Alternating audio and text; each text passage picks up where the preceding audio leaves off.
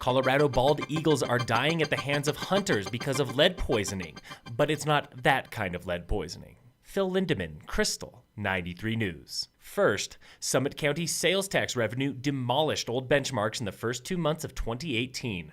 The Summit Daily reports tax revenue in February rose by 10% year over year in Frisco and 6% in Breckenridge.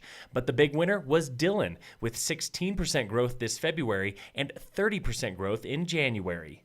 Dillon officials say Dillon Ridge shops led the way, while the Ice Castles exhibit boosted the hotel visits and improved downtown business by 26%.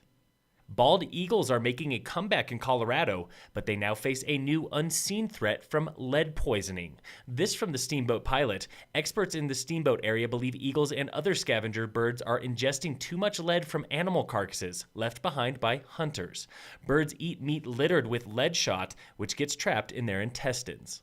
Of 270 eagles tested for poisoning, more than half were sick. Lead ammo has been outlawed for waterfowl hunting since the 90s, but the Trump administration disbanded an Obama motion to outlaw all lead hunting ammo.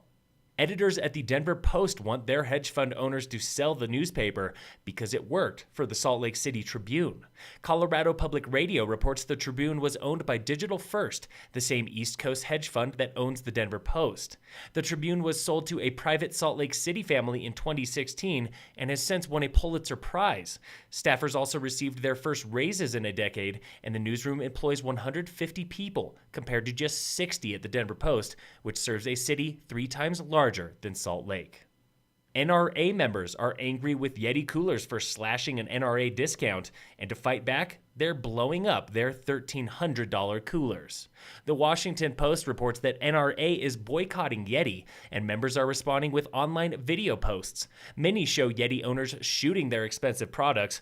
One even shows a cooler exploding from a mix of ammonium compounds and bullets.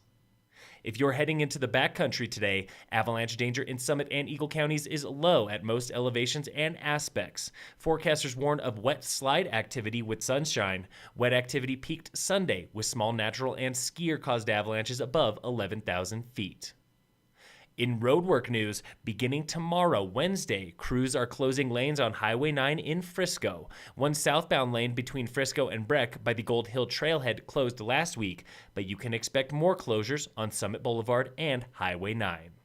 In sports, the Rockies got beat by the Padres yesterday, 13-5. The Rockies and Pods play again today. Game time is 6:40.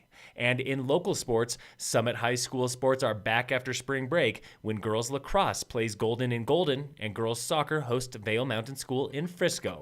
Boys lacrosse will head to Vail for VMS. Phil Lindeman, Crystal, 93 News.